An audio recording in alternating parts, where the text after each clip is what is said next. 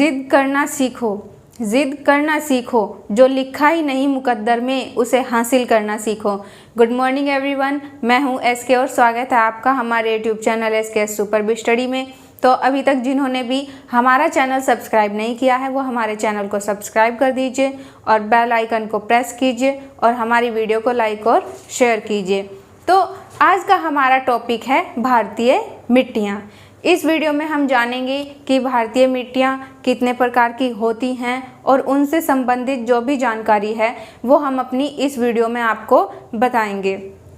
तो हम अपना टॉपिक शुरू करने से पहले एक बात जान लेते हैं कि जो मृदा है, मृदा मतलब मिट्टी, मृदा को इंग्लिश में सॉइल कहते हैं और सॉइल शब्द की उत्पत्ति लैटिन भाषा के शब्द सोलम से हुई है। सोलम, सॉइल शब्द की उत्पत्ति लैटिन भाषा का एक शब्द है सोलम, इससे हुई है और इसका अर्थ है फर्श या फिर फ्लोर। ठीक है, फर्श या फ्लोर। ठीक है, तो ये भी एक बहुत अच्छा क्वेश्चन है जो आ सकता है कि सॉइल शब्द की उत्पत्ति किस भाषा से हुई है, तो लैटिन भाषा से हुई है और इसका अर्थ क्या है, फर्श या फिर फ्लोर आप इसको कह सकते हैं। तो चलिए अब हम अपना टॉपिक शुरू करते हैं। हमने वीडियो को काफ़ी मेहनत से बनाया है और आप वीडियो को स्किप मत कीजिएगा, ध्यान से देखिए वीडियो को। हमारा पहला फैक्ट है, मिट्टी के अध्ययन को मृदा विज्ञान या फिर पेडोलॉजी कहा जाता है। ये बात आप ध्यान रखिए, मिट्टी के अध्ययन को मृदा विज्ञान या पेडोलॉजी कहा जाता है। फिर हमारा अगला फैक्ट है, भारतीय कृषि अनुसंधान परिषद ने भारत की मिट्टियों को 8 वर्गों में विभाजित किया है। ठीक है, ये क्वेश्चन आ सकता है कि भारतीय मिट्टियों को 8 वर्गों में किसने विभाजित किया है, तो आपका उत्तर होगा भारतीय कृषि अनुसंधान परिषद। भारतीय कृषि अनुसंधान परिषद ने भारतीय मिट्टी को 8 वर्गों में विभाजित किया है। फिर हमारा अगला फैक्ट है, मिट्टी को जल सहित 17 प्रकार के पोषक तत्वों की आवश्यकता होती है। मिट्टी को जल सहित 17 प्रकार के पोषक तत्वों की आवश्यकता होती है। ठीक है, फिर हमारा अगला फैक्ट है, भारतीय मिट्टी में नाइट्रोजन, फॉस्फोरस और ह्यूमस की कमी होती है। ठीक है, जो 3 तत्व हैं नाइट्रोजन, फॉस्फोरस और ह्यूमस, भारतीय मिट्टी में इनकी कमी पाई जाती है। ये भी एक सीधा सीधा क्वेश्चन आता है, वो ऑप्शन दे देते हैं आपको, 4 ऑप्शन देते हैं और फिर उसमें पूछते हैं कि भारतीय मिट्टी में किसकी कमी है, तो आपका उत्तर होगा नाइट्रोजन, फॉस्फोरस और ह्यूमस। फिर हमारा अगला फैक्ट है, भारतीय मिट्टी को N/P/K, ठीक है, और ये किस में दिया जाना चाहिए, 4.2:1। ये इसका रेशो है NPK का। N मतलब नाइट्रोजन, P मतलब फॉस्फोरस और K मतलब पोटेशियम। तो जो भारतीय मिट्टी है उसको ये जो तत्व हैं 3, नाइट्रोजन, पोटेशियम और फॉस्फोरस, इनका जो रेशो है वो होना चाहिए 4.2:1। ठीक है, ये क्वेश्चन आ सकता है कि भारतीय मिट्टी को NPK किस रेशो में दिया जाना चाहिए। फिर हमारा अगला फैक्ट है, नाइट्रोजन के अत्यधिक प्रयोग से भूमि की उर्वरता स्थिर हो गई है। मतलब नाइट्रोजन का जो यूज़ है वो अत्यधिक किया जा रहा है और उसके कारण जो भूमि की उर्वरता है वो वहीं रुक गई है। ठीक है, वो बढ़ नहीं रही है। फिर हम जानते हैं कि मिट्टियों के प्रकार, ये तो आपको पता चल ही गया कि जो मिट्टी हैं वो 8 प्रकार की हैं। अब हम जान लेते हैं कि उनके नाम क्या क्या हैं 8 मिट्टियों के। तो पहली मिट्टी है जलोढ़, जिसको दोमट मिट्टी के नाम से भी जाना जाता है। फिर हमारी सेकंड नंबर की मिट्टी है काली मिट्टी, इसको रेगर मिट्टी भी कहते हैं, एंटीसाल भी कहते हैं। ठीक है, काली मिट्टी को रेगर और एंटीसाल भी कहते हैं। फिर हमारी थर्ड नंबर की जो मिट्टी है वो है लाल या पीली मिट्टी, मतलब लाल मिट्टी को पीली मिट्टी के नाम से भी जाना जाता है। फिर हमारी अगली मिट्टी है लैटेराइट मिट्टी। लैटेराइट मिट्टी को मखरला मिट्टी भी कहा जाता है। ठीक है, ये काफ़ी इंपॉर्टेंट है। वो ये पूछ लेते हैं क्वेश्चन जो है कि मखरला मिट्टी का अन्य नाम क्या है, या फिर लैटेराइट मिट्टी का अन्य नाम क्या है। तो ये जो नाम है ये आपको अच्छे से याद होने चाहिए। ठीक है, तो लैटेराइट मिट्टी को मखरला मिट्टी भी कहा जाता है। फिर हमारी अगली मिट्टी है हिमालयी या पर्वतीय मिट्टी, अर्थात हिमालयी मिट्टी को पर्वतीय मिट्टी के नाम से भी जाना जाता है। फिर हमारी अगली मिट्टी कौन सी है? बलूची। बलूची मिट्टी को रेतीली मिट्टी के नाम से भी जाना जाता है। फिर हमारी अगली मिट्टी है पीट या फिर दलदली मिट्टी। ठीक है, इस प्रकार क्वेश्चन आ सकता है कि पीट मिट्टी का अन्य नाम क्या है, या फिर दलदली मिट्टी का अन्य नाम क्या है। फिर हमारी जो अगली मिट्टी है वो है ऊसर मिट्टी, या फिर इसको रेह भी कहा जाता है। ठीक है, तो ये जो मिट्टियों के जो नाम हैं ये आपको बहुत अच्छे से याद होने चाहिए कि जो मिट्टी हैं उनके अन्य नाम क्या हैं। ठीक है, अभी हमने देखा कि मिट्टी कितने प्रकार की होती हैं, हमने उनके नाम जाने। अब हम एक एक करके मिट्टियों के बारे में जानेंगे, जैसे जलोढ़ मृदा किस प्रकार की होती है, उसकी क्या क्या खूबियाँ होती हैं। तो अब हम देखते हैं जलोढ़ मिट्टी के बारे में। तो हमारी जो मिट्टी है जलोढ़ मिट्टी, इसको दोमट मिट्टी और एलुवियल सॉइल भी कहा जाता है। एलुवियल सॉइल इंग्लिश में इसका नाम है दोमट मिट्टी का। फिर इसे कॉप या कछारी मिट्टी भी कहा जाता है। मोस्ट इम्पोर्टेंट, ये ऐसे पूछ लेंगे कि कछारी मिट्टी को अन्य किस नाम से जाना जाता है, फिर वो ऑप्शन देंगे आपको 4 या 5 मिट्टी के। तो आपको कहना है कि दोमट, या फिर जो भी वो आपको ऑप्शन दे इससे संबंधित, कि जलोढ़ मिट्टी को कछारी मिट्टी कहते हैं या फिर एलुवियल सॉइल। ठीक है, ये 4-5 नाम हैं इस मिट्टी के जो आपको याद करने हैं, और ये बहुत ज़्यादा ही इम्पोर्टेंट है। ठीक है, तो जलोढ़ मिट्टी को दोमट मिट्टी, एलुवियल सॉइल, कॉप या फिर कछारी मिट्टी भी कहा जाता है, और कहीं कहीं कॉप को काप भी बोल देते हैं। ठीक है, फिर इस मिट्टी का हमारा अगला फैक्ट है, यह रेतीली और चिकनी मिट्टी के योग से निर्मित होती है। वो ऐसा क्वेश्चन पूछ लेंगे कि जो दोमट या फिर जलोढ़ मिट्टी है वो किन मिट्टियों के योग से निर्मित होती है, तो रेतीली और चिकनी मिट्टी के। ठीक है, जो दोमट मिट्टी है वो रेतीली और चिकनी मिट्टी के योग से निर्मित होती है, और ये मिट्टी कहाँ से लाई जाती है? नदियों द्वारा लाई जाती है। ठीक है, फिर हमारा अगला फैक्ट है जलोढ़ मृदा 2 प्रकार की होती है। ठीक है, जो हमारा अगला फैक्ट है वो है जलोढ़ मृदा 2 प्रकार की होती है। कैसी? खादर व बांगर। ठीक है, जलोढ़ मृदा 2 प्रकार की होती है, खादर व बांगर।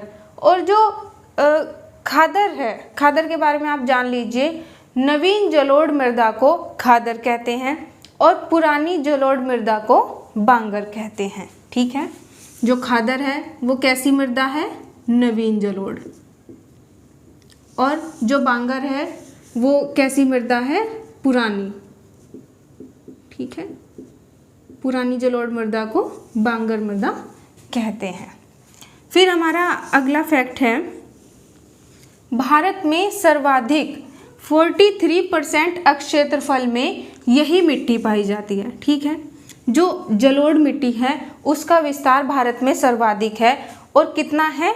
43%। ठीक है, ऐसा क्वेश्चन पूछ लेगा कि भारत में जो सर्वाधिक विस्तार है वो किस मिट्टी का है, तो आपका उत्तर होगा जलोढ़ या फिर दोमट मिट्टी, या फिर जो भी इस मिट्टी का नाम है।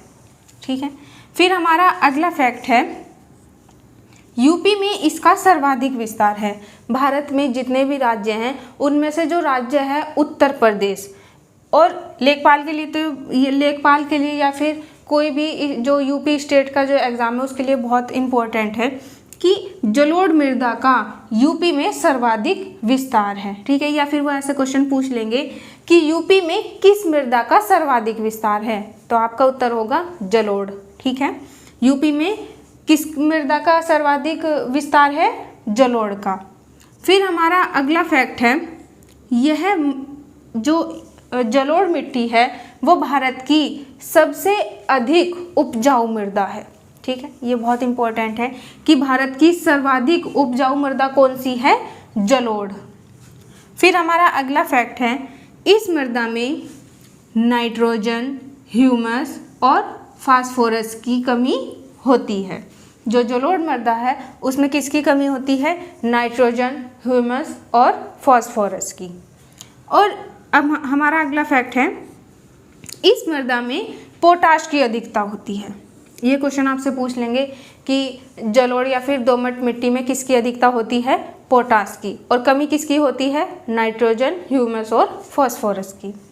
फिर हमारा अगला फैक्ट है इस मिट्टी का, इस मृदा में धान, गेहूँ, मक्का, तिलहन, दलहन और आलू, ठीक है, आलू भी इसमें उगाया जाता है। इस मृदा में, जलोढ़ मृदा में धान, गेहूँ, मक्का, तिलहन, दलहन और आलू आदि फसलें उगाई जाती हैं, ठीक है। तिलहन आप जानते ही होंगे, जिसमें तेल निकलता है, जैसे सरसों या सोयाबीन, और दलहन का मतलब है दालों से संबंधित, ठीक है। हमारी अगली मिट्टी है काली मिट्टी। अब हम जानते हैं काली मिट्टी के बारे में। पहले हम इसके थोड़े नाम जान लेते हैं। वैसे मैंने अभी आपको बताया था कि मिट्टियों के अन्य नाम क्या क्या हैं, पर हम एक बार फिर देख लेते हैं। काली मिट्टी को रेगर, एंटीसाल, ब्लैक सॉइल और रेगुर भी कहा जाता है, और इसे रेगुड़ नाम से भी जाना जाता है। रेगुड़, ये बात आप ध्यान रखेंगे कि काली मिट्टी को रेगर, एंटीसाल, ब्लैक सॉइल और रेगर या फिर रेगुड़ नाम से भी जाना जाता है, ठीक है। अब हम देखते हैं अगला फैक्ट इसका, इस मिट्टी का निर्माण ज्वालामुखी के लावा अर्थात बेसाल्ट चट्टानों के टूटने से हुआ है। आपको एक सीधा सीधा क्वेश्चन पूछ लेंगे कि ज्वालामुखी के लावा से किस मिट्टी का निर्माण हुआ है, तो आपका उत्तर होगा काली मिट्टी।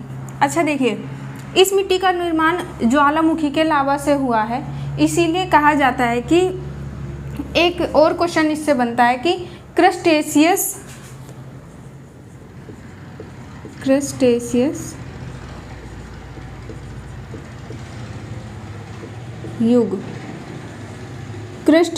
युग में दरारी उद्भेदन से किस मिट्टी का निर्माण हुआ है, तो इसका उत्तर भी है काली मिट्टी। क्रिस्टेशियस युग में दरारी उद्भेदन से काली मिट्टी का निर्माण हुआ है, ठीक है। फिर हमारा अगला फैक्ट है, इस मिट्टी में आयरन, एल्यूमिनियम, चूना, मैग्नीशियम, पोटास अर्थात कार्बनिक पदार्थों की आवश्यकता नहीं, मतलब अधिकता होती है। अगर आपसे क्वेश्चन पूछा जाए कि किस मिट्टी में कार्बनिक पदार्थों की अधिकता होती है, तो आपका उत्तर होगा काली मिट्टी, या फिर इस मिट्टी का अन्य कोई भी नाम होगा, ठीक है। तो आप ये बात ध्यान रखिएगा कि किस मिट्टी में कार्बनिक पदार्थों की अधिकता होती है, तो काली मिट्टी में कार्बनिक पदार्थों की अधिकता होती है। फिर हमारा अगला फैक्ट है, इस मृदा में नाइट्रोजन, फास्फोरस व ह्यूमस की कमी होती है। देखिए, ह्यूमस का मतलब होता है जीवांश, ठीक है। ह्यूमस का मतलब क्या होता है? जीवांश। ये बात आप याद रखेंगे। काली मिट्टी में नाइट्रोजन, फास्फोरस व ह्यूमस की कमी होती है। अब हमारा अगला फैक्ट है, इस मिट्टी का रंग टिटेनीफेरस, मैग्नेटाइट एवं जीवांश की उपस्थिति के कारण काला होता है। ये मोस्ट इम्पोर्टेंट है कि काली मिट्टी का रंग काला क्यों होता है, ठीक है। तो काली मिट्टी का रंग काला इसलिए होता है टिटेनीफेरस, मैग्नेटाइट एवं जीवांश की उपस्थिति के कारण।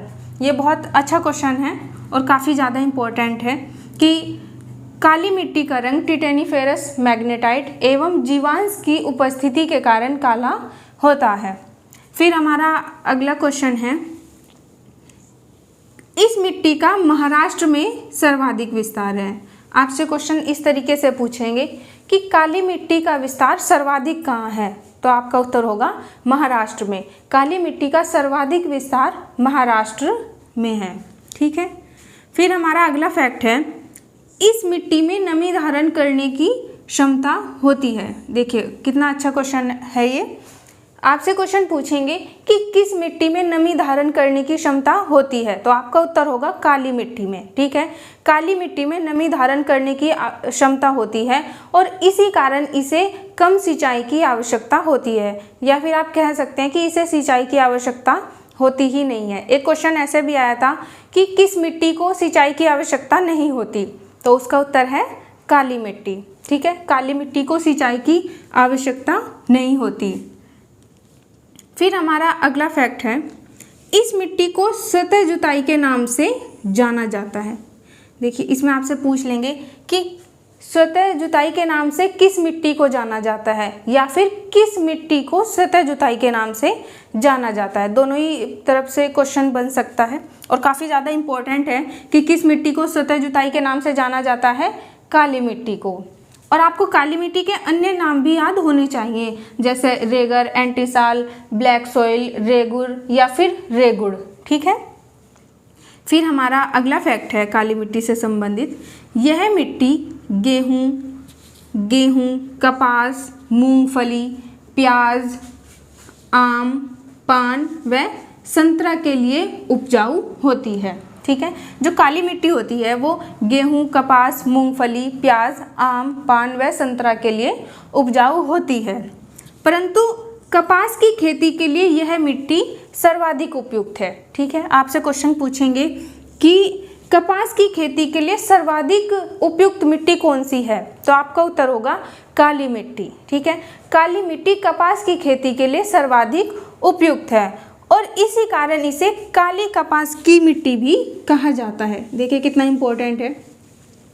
आपसे पूछेंगे कि काली कपास की मिट्टी किसे कहा जाता है, तो काली मिट्टी को कहा जाता है, क्योंकि कपास की खेती के लिए काली मिट्टी बहुत ज़्यादा ही इम्पोर्टेंट है। ठीक है, काफ़ी उपयुक्त होती है कपास की खेती के लिए काली मिट्टी।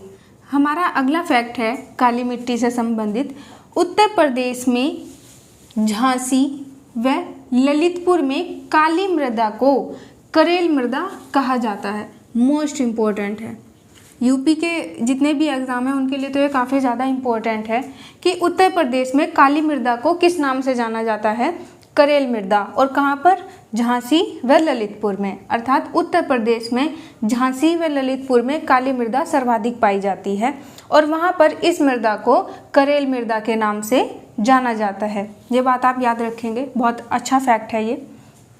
फिर हमारा अगला फैक्ट है, अंतर्राष्ट्रीय स्तर पर इसे चेरनोज़म कहा जाता है।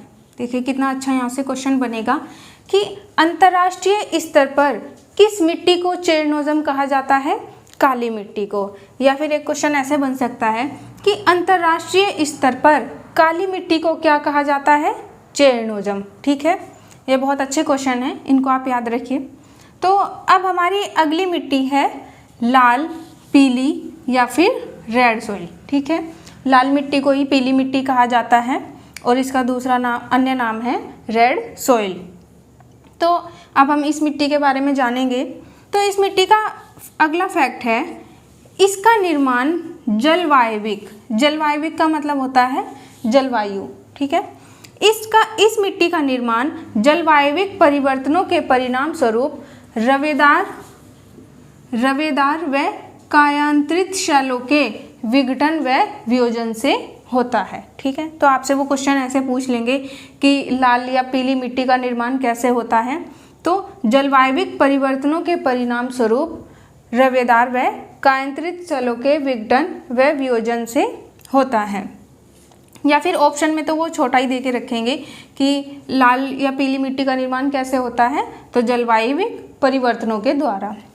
फिर हमारा अगला फैक्ट है, यह मृदा उच्च वर्षा व औसत तापमान वाले क्षेत्रों में पाई जाती है। मतलब लाल मृदा उच्च वर्षा व औसत तापमान वाले क्षेत्रों में पाई जाती हैं जहां आग्नेय चट्टानें उपस्थित रहती हैं। ठीक है, काफ़ी अच्छा फैक्ट है ये कि लाल मिट्टी उच्च वर्षा व औसत तापमान वाले क्षेत्रों में पाई जाती है जहां आग्नेय चट्टानें उपस्थित रहती हैं। फिर हमारा अगला फैक्ट है, लाल मिट्टी में आयरन व सिलिका की अधिकता होती है। आपसे क्वेश्चन पूछ लेंगे कि लाल मिट्टी में किसकी अधिकता होती है, तो आयरन व सिलिका की अधिकता होती है, परंतु नाइट्रोजन, फॉस्फोरस व ह्यूमस की कमी होती है। ठीक है, जो लाल मिट्टी है उसमें आयरन व सिलिका की अधिकता होती है, परंतु नाइट्रोजन, फॉस्फोरस व ह्यूमस की कमी होती है। फिर हमारा अगला फैक्ट है, इस मृदा का रंग लौह या आयरन ऑक्साइड के कारण लाल होता है। मतलब आपसे क्वेश्चन पूछ लेंगे, लौह का मतलब आयरन से ही है। ठीक है, आपसे क्वेश्चन पूछेंगे इस टाइप में कि जो लाल मिट्टी है उसका रंग लाल होता क्यों है, तो आपका उत्तर होगा आयरन ऑक्साइड या फिर लौह ऑक्साइड। ठीक है, फिर हमारा अगला फैक्ट है, यह मिट्टी जलयोजित रूप में पीली दिखाई देती है। आपसे क्वेश्चन इस प्रकार पूछ सकते हैं कि जो लाल मिट्टी है उसको पीली मिट्टी क्यों कहा जाता है, तो वो इसलिए कहा जाता है कि जलयोजित रूप में अर्थात जल में देखने पर यह मिट्टी पीली दिखाई देती है। ठीक है, बहुत अच्छा फैक्ट है कि यह मिट्टी जलयोजित रूप में पीली दिखाई देती है। कौन सी मिट्टी? लाल मिट्टी।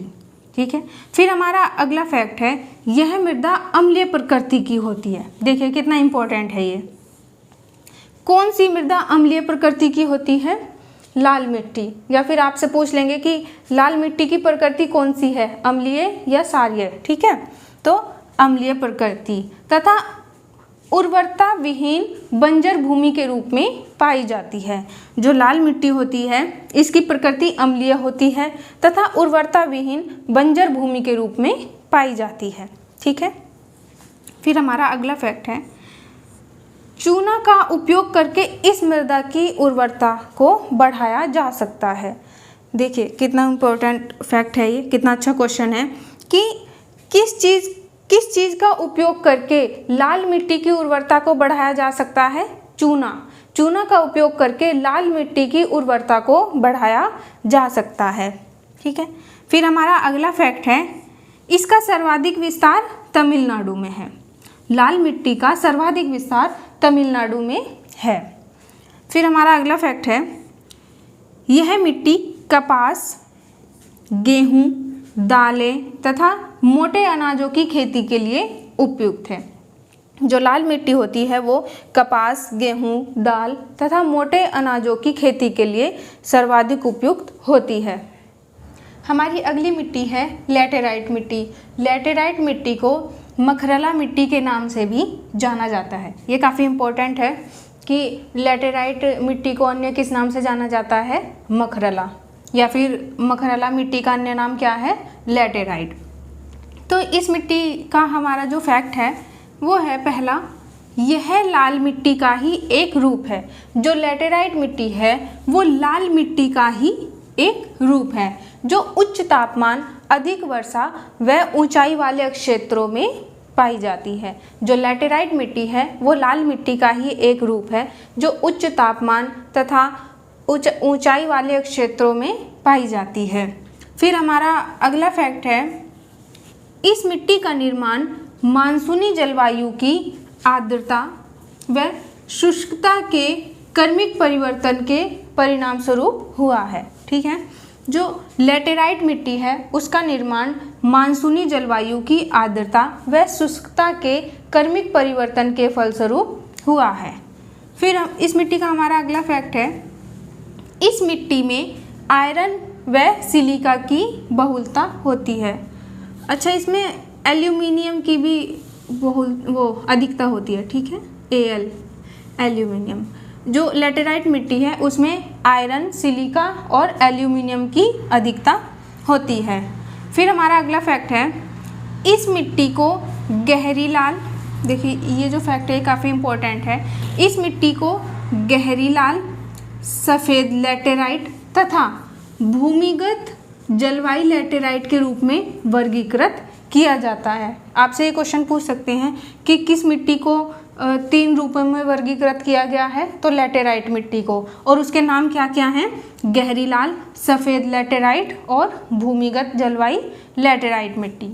ठीक है, फिर हमारा अगला फैक्ट है, गहरी लाल लैटेराइट में लौह ऑक्साइड, ठीक है, जो इसका पहला रूप है लैटेराइट मिट्टी का, गहरी लाल लैटेराइट में लौह ऑक्साइड व पोटाश की अधिकता होती है। काफ़ी इम्पोर्टेंट है कि गहरी लाल लैटेराइट में किसकी अधिकता होती है, लौह ऑक्साइड व पोटाश की, और लौह ऑक्साइड के कारण ही इसका रंग लाल होता है।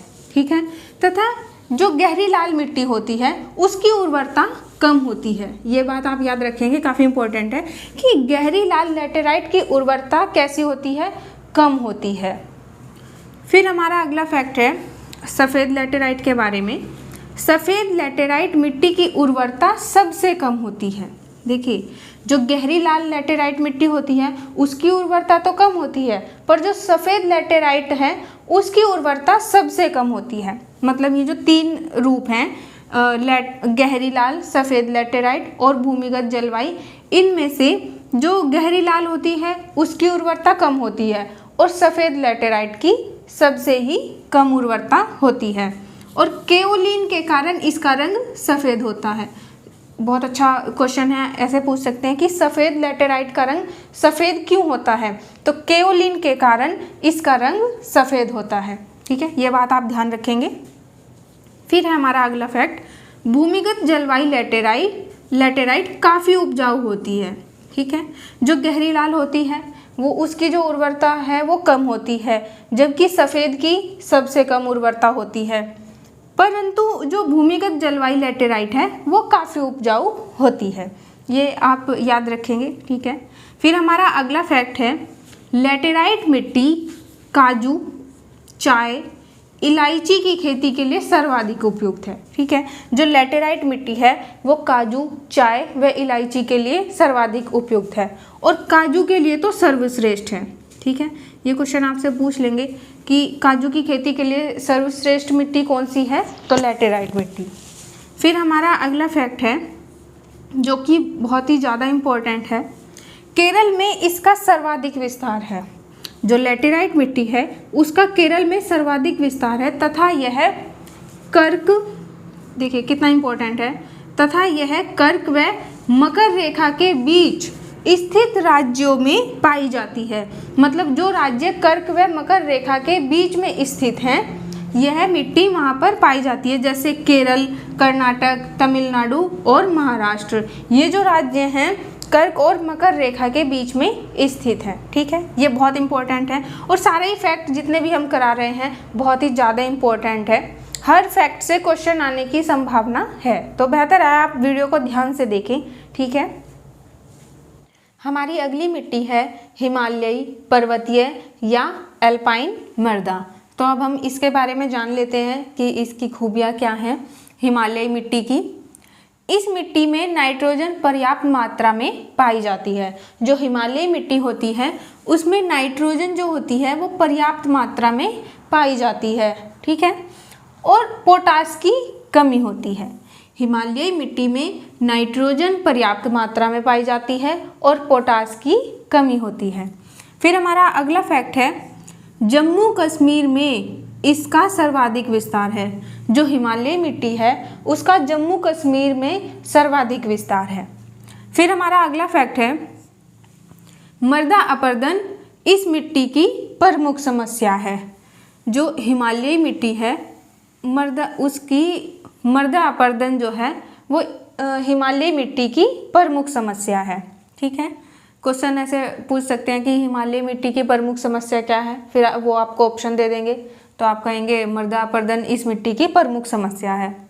फिर हमारा अगला फैक्ट है जम्मू कश्मीर, बहुत इम्पोर्टेंट है ये, जम्मू कश्मीर व हिमाचल प्रदेश में सेब की, ठीक है, जम्मू कश्मीर व हिमाचल प्रदेश में सेब की तथा असम में चाय की खेती इस मिट्टी पर की जाती है। जो हिमालयी मिट्टी होती है उसमें जम्मू कश्मीर व हिमाचल प्रदेश में सेब की और असम में चाय की खेती की जाती है। ठीक है, ये बात आप याद रखेंगे। जो हिमालयी मिट्टी है उसमें असम में इस मिट्टी पर चाय की खेती की जाती है और जम्मू कश्मीर व हिमाचल प्रदेश में सेब की खेती की जाती है। फिर है हमारी अगली मिट्टी बलूची, रेतीली या फिर मरुस्थलीय मिट्टी। ठीक है, ये नाम आप याद रखेंगे। जो बलूची मिट्टी है उसके, बलूची मिट्टी का अन्य नाम क्या है? रेतीली व मरुस्थलीय मृदा। ठीक है, तो अब हम इस मिट्टी के बारे में जान लेते हैं थोड़ा। देखिए, जो बलूची मिट्टी होती है उसमें नाइट्रोजन व ह्यूमस मतलब जीवांश। ठीक है, तो बलूची मिट्टी में नाइट्रोजन व ह्यूमस का पूर्ण अभाव होता है। अभाव मतलब कमी। ठीक है, जो रेतीली मिट्टी होती है उसमें नाइट्रोजन व ह्यूमस का पूर्ण अभाव या कमी होती है। फिर हमारा अगला फैक्ट है, यह मिट्टी सबसे कम उपजाऊ मिट्टी है। देखिए, जो रेतीली या फिर बलूची मिट्टी है वो सबसे कम उपजाऊ मिट्टी है। ये जो 8 प्रकार की मिट्टियां हैं उनमें सबसे कम उपजाऊ मिट्टी कौन सी है? रेतीली मिट्टी। ठीक है, ये बात आप याद रखेंगे। फिर हमारा अगला फैक्ट है, राजस्थान में इसका सर्वाधिक विस्तार है। ये तो क्वेश्चन सीधे सीधे आते हैं कि रेतीली मिट्टी का सर्वाधिक विस्तार कहाँ है? तो राजस्थान में। ठीक है, फिर हमारा अगला फैक्ट है, खेजड़ी के वृक्ष लगाकर तथा दलहन की खेती करके इस मिट्टी को उपजाऊ बनाया जा सकता है। जो रेतीली मिट्टी है उसको उपजाऊ कैसे बनाया जा सकता है? खेजड़ी के वृक्ष लगाकर तथा दलहन की खेती करके। ऐसे सीधा क्वेश्चन आ जाएगा ये कि रेतीली मिट्टी को किस प्रकार उपजाऊ बनाया जा सकता है, तो वो आपको ऑप्शन दे के रखेंगे, खेजड़ी के वृक्ष लगाकर और दलहन की खेती करके। दलहन मतलब दालों की खेती करके जो रेतीली मिट्टी है उसको उपजाऊ बनाया जा सकता है। हमारी अगली मिट्टी है हिमालयी, पर्वतीय या फिर एल्पाइन मिट्टी। ठीक है, तो हिमालय से आप समझ ही गए होंगे, जो हिमालय है वो भारत के उत्तर में स्थित है और वहाँ जो मिट्टी पाई जाती है उसी का नाम हिमालयी मिट्टी है। तो अब हम इसके बारे में थोड़ा जानेंगे कि इस मिट्टी की खूबियाँ क्या हैं। तो इस मिट्टी से संबंधित हमारा पहला फैक्ट है, इस मिट्टी में नाइट्रोजन पर्याप्त मात्रा में पाई जाती है तथा पोटास की कमी होती है। देखिए, जो हिमालयी मिट्टी होती है उसमें नाइट्रोजन पर्याप्त मात्रा में पाई जाती है, क्योंकि जो पहाड़ी एरिया होता है तो जब हम ऊपर की तरफ चलते हैं तो उसमें ऑक्सीजन का स्तर घटता है, इसी कारण नाइट्रोजन का बढ़ जाता है।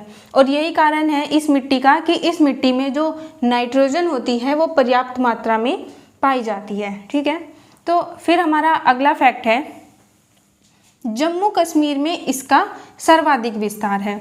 जो जम्मू कश्मीर है उसमें हिमालयी मिट्टी का सर्वाधिक विस्तार है, क्योंकि जो जम्मू कश्मीर है वो एक पर्वतीय क्षेत्र है। फिर हमारा अगला फैक्ट है, मृदा अपरदन इस मिट्टी की प्रमुख समस्या है। जो हिमालयी मिट्टी है उसकी मृदा अपरदन प्रमुख समस्या है, क्योंकि जो पहाड़ होते हैं वहाँ पर बारिश ज़्यादा होती है, इसी कारण हिमालयी मिट्टी की प्रमुख समस्या मृदा अपरदन है। फिर हमारा अगला फैक्ट है, जम्मू कश्मीर व हिमाचल प्रदेश में सेब। ठीक है, जम्मू कश्मीर व हिमाचल प्रदेश में सेब की तथा असम में चाय की खेती इस मिट्टी पर की जाती है। ये काफ़ी इम्पोर्टेंट है कि हिमालयी जो मिट्टी है उसमें जम्मू कश्मीर व हिमाचल प्रदेश में सेब की तथा असम में चाय की खेती की जाती है हिमालयी मिट्टी पर। फिर हमारा अगला फैक्ट है, अगली मिट्टी जो है हमारी वो है बलूची, रेतीली या फिर मरुस्थलीय मिट्टी। ये नाम आप याद रखेंगे। रेतीली मिट्टी को अन्य किन नामों से जाना जाता है? बलूची या फिर मरुस्थलीय मिट्टी। तो इस मिट्टी का हमारा जो अगला फैक्ट है वो है, इस मिट्टी में नाइट्रोजन व ह्यूमस का पूर्ण अभाव होता है। जो रेतीली मिट्टी होती है उसमें नाइट्रोजन व ह्यूमस मतलब मैंने आपको पहले भी बताया था जीवांश होता है, और ह्यूमस का पूर्ण अभाव मतलब कमी। अभाव का जो मतलब होता है कमी होता है। तो रेतीली मिट्टी में नाइट्रोजन व ह्यूमस की काफ़ी कमी होती है। फिर हमारा अगला फैक्ट है, यह मिट्टी सबसे कम उपजाऊ मिट्टी है। जो रेतीली मिट्टी है वो सबसे कम उपजाऊ मिट्टी है। जो मिट्टियों के जो 8 प्रकार हैं उनमें सबसे कम उपजाऊ मिट्टी रेतीली मिट्टी है। ये सीधा सीधा क्वेश्चन आ सकता है कि सबसे कम उपजाऊ मिट्टी कौन सी है, तो रेतीली मिट्टी। ठीक है, फिर हमारा अगला फैक्ट है राजस्थान में इसका सर्वाधिक विस्तार है। ये तो एक सीधा सा ही क्वेश्चन है कि जो रेतीली मिट्टी है उसका सर्वाधिक विस्तार कहाँ है, तो राजस्थान में। फिर हमारा अगला फैक्ट है खेजड़ी के वृक्ष लगाकर तथा दलहन की खेती करके इसे उपजाऊ बनाया जा सकता है। जो रेतीली मिट्टी है उसे कैसे उपजाऊ बनाया जा सकता है, खेजड़ी के वृक्ष लगाकर। खेजड़ी या फिर इसको खेजड़ी भी बोलते हैं। ये जो खेजड़ी है इसे आप खजूर ना समझें, जो खेजड़ी है उसको खेजड़ी भी बोलते हैं। तो उसके पेड़ लगाकर तथा दलहन, दलहन का संबंध होता है दालों से। ठीक है, दालों की खेती करके जो रेतीली मिट्टी है उसे उपजाऊ बनाया जा सकता है। और अगर आप खेजड़ी के वृक्षों के बारे में ज़्यादा जानना चाहते हैं तो बेहतर होगा आप गूगल पे सर्च करें इसके बारे में, काफ़ी अच्छा बताया गया है। ठीक है, तो खेजड़ी को खेजड़ी भी कहते हैं। तो जो रेतीली मिट्टी है उसको खेजड़ी के वृक्ष लगाकर तथा दलहन की खेती करके उपजाऊ बनाया जा सकता है। हमारी अगली मिट्टी है पीट या दलदली मिट्टी। पीट मिट्टी का अन्य नाम क्या है, दलदली मिट्टी। तो इस मिट्टी का जो पहला फैक्ट है वो क्या है, यह मिट्टी ह्यूमस से भरपूर होती है। जो दलदली मिट्टी होती है वो ह्यूमस से भरपूर होती है। फिर इसका अगला फैक्ट है यह मिट्टी अत्यधिक आर्द्रता के कारण सभी फसलों के लिए उपयुक्त नहीं होती है। जो दलदली मिट्टी होती है उसमें पानी की अधिकता होती है, इसी कारण उसमें आर्द्रता का मतलब होता है नमी, इसी कारण उसमें नमी ज़्यादा होती है। ठीक है, और इसी जो आर्द्रता के कारण ही यह दलदली मिट्टी सभी फसलों के लिए उपयुक्त नहीं होती है। फिर है इसका अगला फैक्ट मैंग्रोव वनस्पति इस क्षेत्र में पाई जाती है। देखिए मोस्ट इम्पोर्टेंट है, जो दलदली मिट्टी होती है उनमें मैंग्रोव वनस्पति पाई जाती है। फिर हमारा अगला फैक्ट है कि ये मिट्टी कहाँ कहाँ पाई जाती है। तो इसके प्रमुख क्षेत्र हैं बंगाल के निचले भूभाग, चिल्का व कच्छ का रण। जो कच्छ का रण है वो गुजरात में स्थित है। ठीक है, तो दलदली मिट्टी के ये प्रमुख क्षेत्र हैं बंगाल के निचले भूभाग, चिल्का और कच्छ का रण। और कच्छ का रण कहाँ स्थित है, गुजरात में। फिर हमारी अगली मिट्टी है ऊसर। ऊसर के अन्य नाम क्या हैं, रेहे, कल्लर, चौपन, अक्षार्य और नमकीन मिट्टी। जो ऊसर मिट्टी है इसके काफ़ी सारे नाम हैं और ये नाम आपको याद होने चाहिए। जैसे ऊसर के अन्य नाम क्या हैं, रेहे, कल्लर, चौपन, अक्षार्य और नमकीन। तो अब हम इस मिट्टी के बारे में जान लेते हैं। इसका पहला फैक्ट क्या है, अत्यधिक अक्षार्य होने के कारण यह मिट्टी फसलों के लिए अनुपयुक्त है। ठीक है, जो ऊसर मिट्टी है वो किस कारण फसलों के लिए अनुपयुक्त है, अत्यधिक अक्षार्य होने के कारण। ठीक है, अत्यधिक अक्षार्य होने के कारण ऊसर मिट्टी फसलों के लिए अनुपयुक्त है। फिर है इसका अगला फैक्ट कि इस मिट्टी का उपचार किस प्रकार किया जा सकता है। तो शीशम व दलहनी फसलों की खेती से इसका उपचार किया जा सकता है। जो ऊसर मिट्टी होती है उसका उपचार कैसे कर सकते हैं, शीशम और दलहनी फसलों की खेती से इसका उपचार किया जा सकता है। फिर इसका अगला फैक्ट क्या है, रेहे मतलब ऊसर मिट्टी का सर्वाधिक विस्तार उत्तर प्रदेश में है। ये देखिए कितना इम्पोर्टेंट क्वेश्चन है। जो ऊसर मिट्टी है उसका सर्वाधिक विस्तार कहाँ है, उत्तर प्रदेश में, और ये कितना है 40%।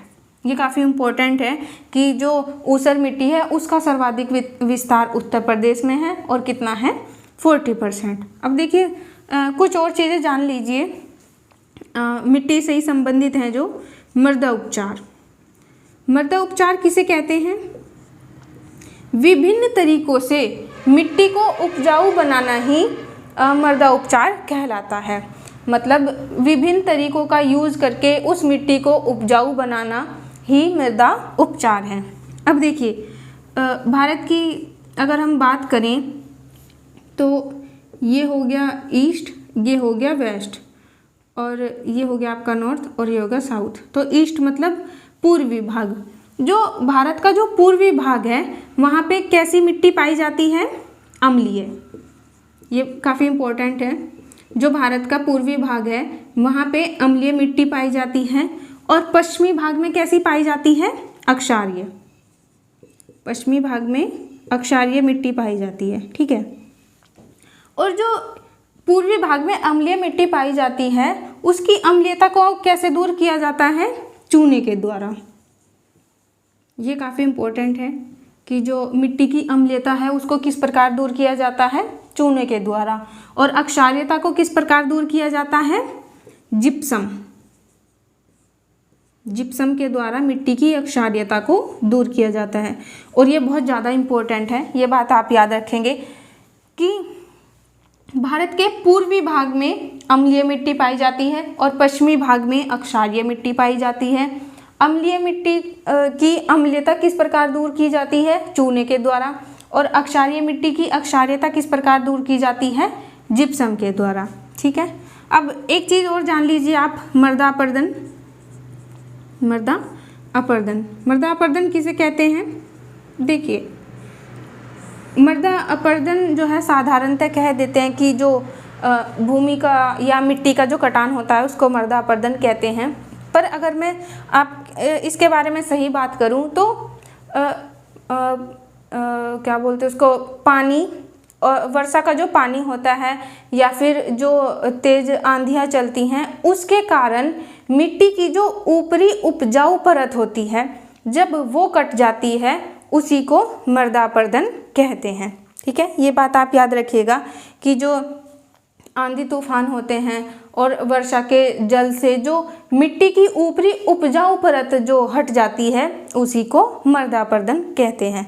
उम्मीद करती हूँ आपको हमारी वीडियो अच्छी लगी होगी, और अगर आपको हमारी वीडियो अच्छी लगी है तो हमारी वीडियो को लाइक कीजिए, शेयर भी कीजिए, और हमारी वीडियो को देखने के लिए धन्यवाद, और हमारे चैनल को सब्सक्राइब भी कर दीजिए।